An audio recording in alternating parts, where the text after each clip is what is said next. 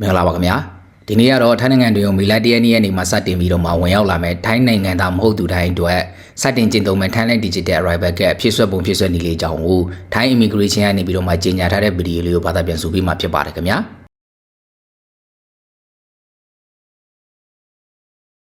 ဖြည့်ဆွတ်ရမှာလိုအပ်တဲ့အချက်လက်တွေကတော့မိမိရဲ့ passport information, personal information တွေ trade information တွေ accommodation information တွေနဲ့ health information တွေလိုအပ်မှာဖြစ်ပါတယ်ခင်ဗျာDigital Arrival ကတ်ကိုဖြည့်ဆွတ်ဖို့အတွက်ကတော့ဖော်ပြထားတဲ့ website link ကနေတဆင့်ဖြစ်စီ QR code ကနေတဆင့်ဖြစ်စီဝင်ရောက်နိုင်မှာဖြစ်ပါတယ်ခင်ဗျာ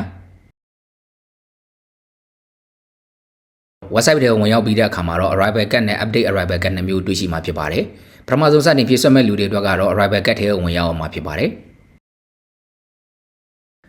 Arrival ကတ်ထဲကိုရောက်ရှိတဲ့အခါမှာဆိုလို့ရှိရင်တော့ဖော်ပြထားတဲ့ personal information တွေကိုအင်္ဂလိပ်လိုဖြည့်ဆွတ်ရမှာပဲဖြစ်ပါတယ်ခင်ဗျာ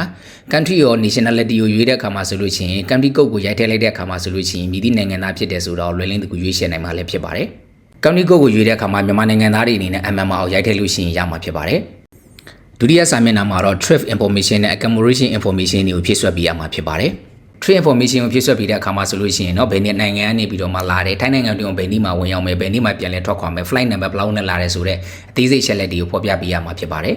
တတိယစာမျက်နှာမှာတော့ risk ရှိတဲ့တိုင်းပြည်တွေကို14ရက်တွင်ခီးသွားရတယ်ဆိုလို့ရှိရင်ကျမကြီးနဲ့ပတ်သက်တဲ့ declaration တွေလုပ်ပေးရမှာပဲဖြစ်ပါတယ်ကိုနဲ့တူတူခီးသွားမဲ့လူထက်ရှိသေးတယ်ဆိုလို့ရှိရင်တော့ at another traveler အနေနဲ့တဆင့်ထပ်ပြီးတော့မှဖြည့်ဆွတ်နိုင်မှာလည်းဖြစ်ပါတယ်